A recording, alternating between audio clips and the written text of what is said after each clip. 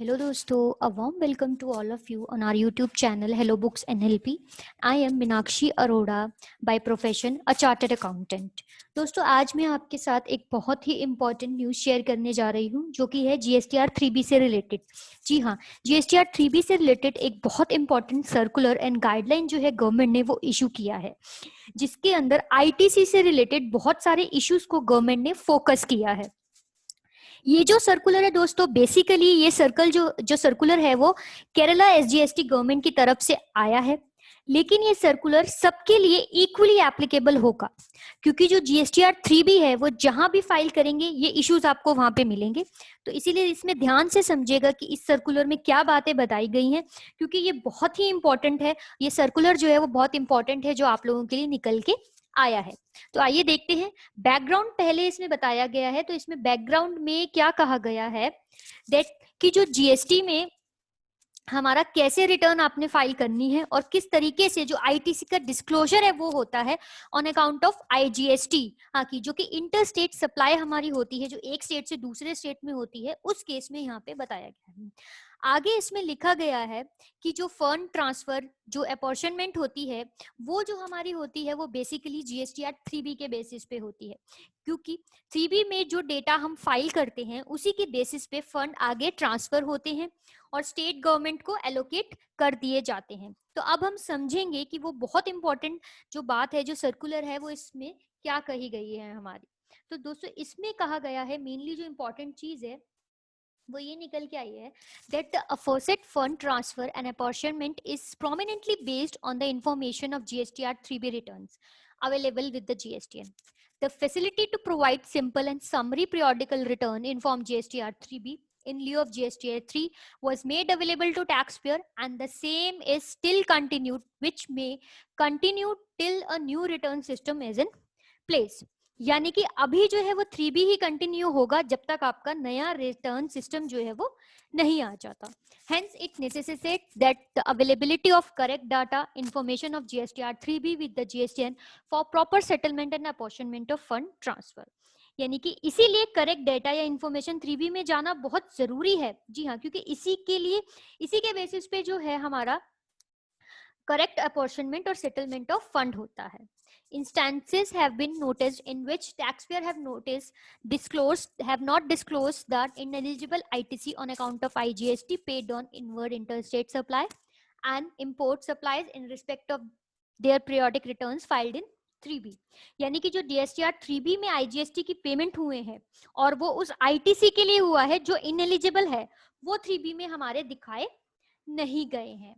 तो इसीलिए अब यहाँ पर आगे जो है इसमें इसका करेक्ट प्रोसेस बताया गया है। वो ये बताया गया है यहाँ पे कि करेक्ट जो डिक्लेरेशन है वो हमें कैसे करनी है, वो प्रोसेस है।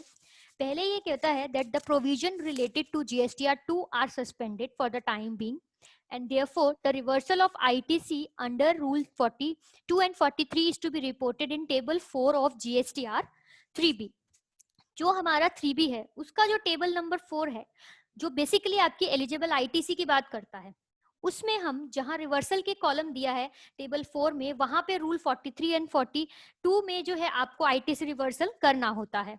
Taxpayers are required to determine all his eligible ITC, amount of reversal under 42 or the case may be rule 43, and ineligible ITC, and have to report the correct figures in appropriate columns of table 4। यानी कि ये क्या कहता है अब हमारा कि जो ITC से रिलेटेड आपके रिवर्सल करने हैं वो एप्रोप्रिएट कॉलम में अब आपको करने पड़ेंगे। टेबल 4 का जो कॉलम बी है बेसिकली वो बात करता है रिवर्सल ऑफ ITC की, और वही कॉलम डी जो है वो बात करता है इनएलिजिबल ITC को आपको डिस्क्लोज करना है। नेक्स्ट पॉइंट कहता है that the tax payers shall report entire ITC eligible including reversal but excluding ineligible ITC in table 4A of GSTR 3B। जो टेबल 4A यहाँ पर हम उसमें ऑल अदर ITC की फिगर डालते हैं, वहां पे आपको टोटल ITC डालना है, लेकिन उस फिगर में जो है वो वाला ITC जो इनएलिजिबल है वो 4D में इंक्लूड, वो उसको आप जो 4D वाला होता है वो इसमें इंक्लूड नहीं करना है, हमें वो इसमें हम इंक्लूड नहीं करेंगे। And then report amount of reversal of ITC out of table 4A in table 4B। ये देखिए बहुत इंपॉर्टेंट चीज है इन्होंने जो कही है कि जो जितना ITC आपने ग्रॉस अप करके 4A में लिया है, उसका अब जो आप रिवर्सल जो आपने ऊपर इंक्लूड किया था वो अब यहाँ पर 4B में भी जो है हमें दिखाना है अलग से. It is needless to say that amount of reversal under 42 and 43 shall be reported in table B1, whereas reversal under rule 37 and any other reversal shall be reported in table B2. तो यहाँ ये कहते हैं कि जो आपके 4B है table, उसमें सिर्फ 42 एंड 43 की बात करेंगे, और जो 4B2 है वहां पे आप अदर जो रिवर्सल्स होते हैं यानी कि अदर देन 42 एंड 43 जो है वो हम यहाँ पर दिखाएंगे आपके. एंड ऑल्सो जो टेबल सी है दैट वुड जो है आपका therefore B 4A minus 4B. जो नेट आईटीसी अवेलेबल आपका जो क्लेम होता है वो नेट एलिजिबल आईटीसी इसके अंदर आपका दिखाया जाता है. इन एलिजिबल आईटीसी का अमाउंट नहीं जाएगा यहाँ पर, जो मेन बात इसमें की गई है. अब अगर हम इसका सी पॉइंट देखते हैं तो वो कहता है the in eligible ITC ineligible credit excluded while reporting ITC in 4A must be shown in 4D. Let's suppose कि आपने एक कार परचेज किया है और उस पे जो है आप टेबल 4A में उसे ना दिखाएं, उसे 4D में दिखाएंगे, एज वो जो है कैलकुलेशन का आपका पार्ट नहीं होगा. More specifically, ineligible or blocked credit as per provision of section 17(5) shall be reported in table 4D1 only. आपको जो सेक्शन 17 सबसेक्शन 5 के हैं आईटीसी वो सिर्फ 4D1 में दिखाने हैं और कहीं नहीं दिखा सकते आप उन आईटीसी को. Whereas table 4D2 shall include the ineligible blocked ITC as per section 17 subsection 4 of CGST SGST Act read with rule 38. And जो आपका बाकी के बचे जो आईटीसी है और 4D2 यानी कि जो अदर इनएलिजिबल आईटीसी हैं आपके 17(4) के क्रेडिट जो है वो यहाँ दिखाए जाएंगे. The other ineligible ITC like ITC wrongly availed in previous period. अगर आपने यानी आपने कोई जो आईटीसी है वो गलत अवेल कर लिया था पहले किसी पीरियड्स में, तो वो आप यहाँ 4D2 में दिखा सकते हैं सब आपके जो आईटीसी है. Instead, only net effect shown by the taxpayer in the return would reversed in short settlement of IGST. Therefore, the reversal of ITC and eligible ITC has to be reported by taxpayer while filing his due return. Most important thing, जब आप अपने ITC को declare करें इस चीज को बिल्कुल ensure करें कि आप ऑल अदर ITC में सबको नेट ऑफ करके ना दिखाएं, यानी आपको क्या मिलना है प्लस आपको जो ITC मिलना है प्लस जितना आपका प्रीवियस आईटीसी हो वो माइनस रिवर्सल और माइनस आपका जो इनएलिजिबल है, ये नेट ऑफ करके अब हम नहीं दिखाएंगे. हमको जो डिटेल इन्होंने जो प्रॉपर मेथड बताया कि किस तरीके से आपको इनपुट टैक्स क्रेडिट को शो करना है टेबल 4 में, उसी तरीके से हम इसको दिखाएंगे. नाउ अब बात करते हैं हम यहाँ पे correction in returns filed earlier. अगर आपने जो रिटर्न्स है वो कैसे अब आपको जो है उन रिटर्न्स को जो आपने पहले फाइल कर दी है उनको ठीक करना है. यहाँ पर मैंने पहले भी कहा था इस सर्कुलर में उन्होंने दो बातें की हैं कि आईटीसी को हमें कैसे शो करना है और अगर पहले हमने गलत शो कर दिया है तो उसे हमें रेक्टिफाई कैसे करना है.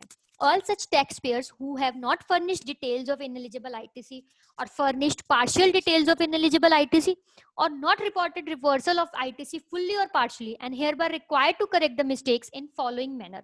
इस तरीके से जो है वो सही करेंगे अपनी मिस्टेक्स को. पहला पॉइंट देखिए, those taxpayers who have committed errors of wrongly reported or not reporting ineligible ITC as well as reversal of ITC in returns filed for the financial year period 2018-19 shall have to report it in the annual return to be filed in form GSTR 9. यानी कि अगर आपने ये गलती कर दी है तो उसे अब आप annual return of GSTR 9 financial year 18-19 में रेक्टिफाई कर सकते हैं जो आपने गलतियां फाइनेंशियल ईयर 18-19 में कर दी थी. अब हम बात करते हैं taxpayer who have committed errors of wrongly reported or not reporting or ineligible ITC as well as reversal of ITC in the return filed for the financial year 19-20. जिन्होंने यहाँ पे किसकी बात की कि अगर 19-20 फाइनेंशियल ईयर में आपसे गलती हुई है तो उसे आप कैसे रेक्टिफाई करेंगे. Then you have to report it in the return 3B for the period for April to September 2020. तो फाइनेंशियल ईयर 19-20 की जो गलतियां हैं उनको आईटीसी से रिलेटेड आपकी जो भी टेबल 4 में गलतियां हुई थी अगर आपने इस तरीके से उसे नहीं दिखाया तो अब आप उसको अप्रैल 20 से सितंबर 20 की रिटर्न के अंदर रेक्टिफाई कर सकते हैं. आपके पास अभी इसके लिए टाइम है. अब हम बात करते हैं taxpayer who have committed errors of wrongly reporting और not reporting the ineligible ITC as well as reversal and returns filed for the return period for April 20। यहाँ 2021 की बात की गई है कि अप्रैल ऑनवर्ड्स जो है अगर आपसे कोई गलती हो गई है तो आप उसको जो है shall report it in subsequent GSTR 3B to be filed by giving net effect in the subsequent return। आप उसे जो नेक्स्ट मंथ की रिटर्न जब भी फाइल करेंगे तो आप उसे उसमें रेक्टिफाई कर सकते हैं। तो यहाँ आपको ये प्रॉपर बताया गया कि किस तरीके से आप अपनी गलतियों को रेक्टिफाई कर पाएंगे। Such incorrect information of ITC in periodic returns indicate impropriety in returns filed by the taxpayer. Therefore, it may result in selection of cases of taxpayers for scrutiny। जी हाँ, अगर आप ने फिर से ऐसी गलतियां करी हैं तो आपकी जो रिटर्न है वो स्क्रूटनी में भी लेके जाई जा सकती है and which later on might result into imposition of penalty also. उसके बाद आपके ऊपर पेनल्टी भी जो है यहाँ पर लगाई जा सकती है जो इसमें बताई गई है। Hence all taxpayer required to be instructed to follow these guidelines and file the periodic return GSTR 3B henceforth correctly. तो इसीलिए दोस्तों ये बहुत इंपॉर्टेंट है जो चेंज ये हमें बताया गया है कि यहाँ पे काफी इंपॉर्टेंट जो है आपको गाइडलाइन ये आपके लिए हो सकती है कि किसी के लिए अभी आप यहाँ पे एप्लीकेबल है, चाहे ये आपका देखिए केरला गवर्नमेंट की तरफ से आया है लेकिन ये एप्लीकेबल जो है ये सबके लिए। The taxpayer also shall also correct the figures reported in returns filed for earlier if any in the manner prescribed in the circular। जिस तरीके से सर्कुलर में मैनर बताया गया है उसी तरीके से आप अपनी अर्लियर रिटर्न्स को भी रेक्टिफाई कर सकते हैं ताकि आगे आप पेनल्टी से या फिर स्क्रूटनी में जाने से बच सके। तो दोस्तों ये बहुत इंपॉर्टेंट है आपके लिए जो निकल के आया है सर्कुलर। तो अगर आपको मेरा वीडियो अच्छा लगा तो लाइक एंड शेयर जरूर कीजिए और हमारे YouTube channel hello books LLP को सब्सक्राइब कीजिए। थैंक यू वेरी मच दोस्तों।